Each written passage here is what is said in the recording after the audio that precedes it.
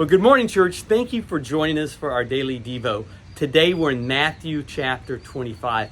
In Matthew 25, we see three major discourses. One where Christ is talking about the judgment of Israel. Another one later, the judgment of the Gentiles. And in between it, in Matthew 25, verses 14 through 30, there's a section that's been called the parable of the talents.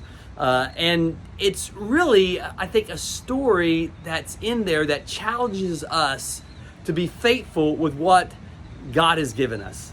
If you read this, and I hope you have, it's a story of a man who's leaving, and he's going to be gone for a while, so he entrusts his possessions that are in talents of silver, and a talent would be somewhere between 60 and 80 pounds of silver, so quite an amount of money, and he divides it up between three stewards. And the first thing we see is he gives each steward a different amount.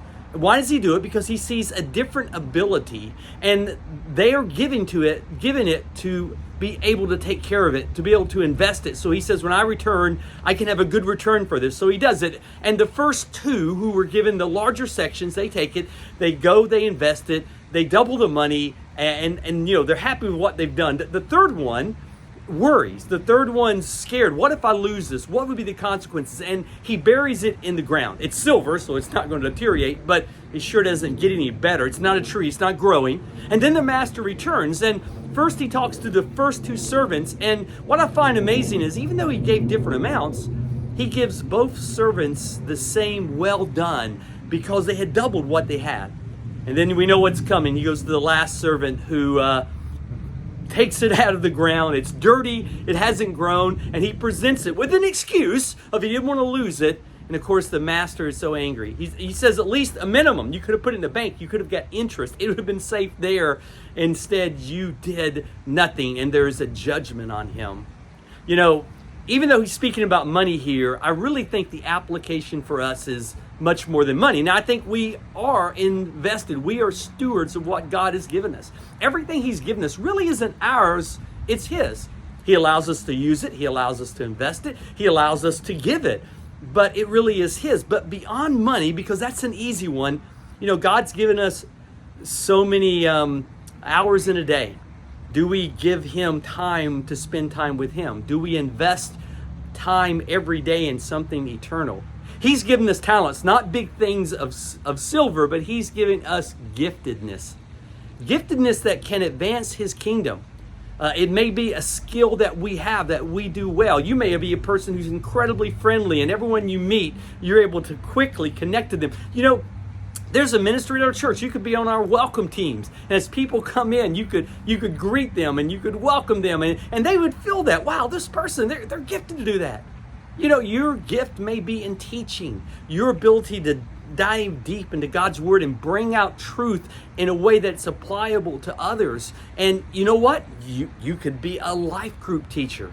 I could go on, but I'm just saying you have a responsibility to use that giftedness, those talents. And I always say when it comes to church, it isn't like playing tag.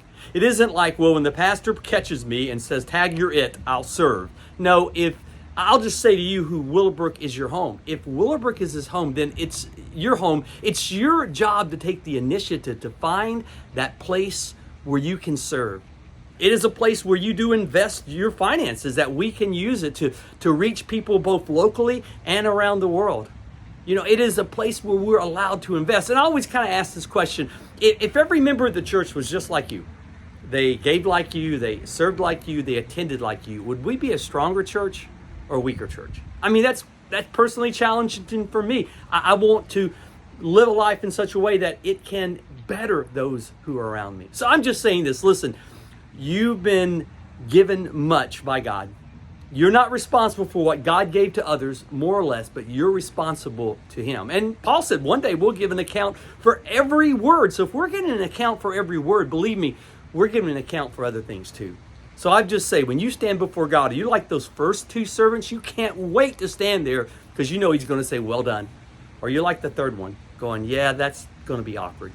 Listen, you can make a difference. You can use all that God has given you to make an eternal difference. And let me challenge you to do that. Thank you for joining us on our Daily Devo. I hope you continue, and I hope you have a blessed day.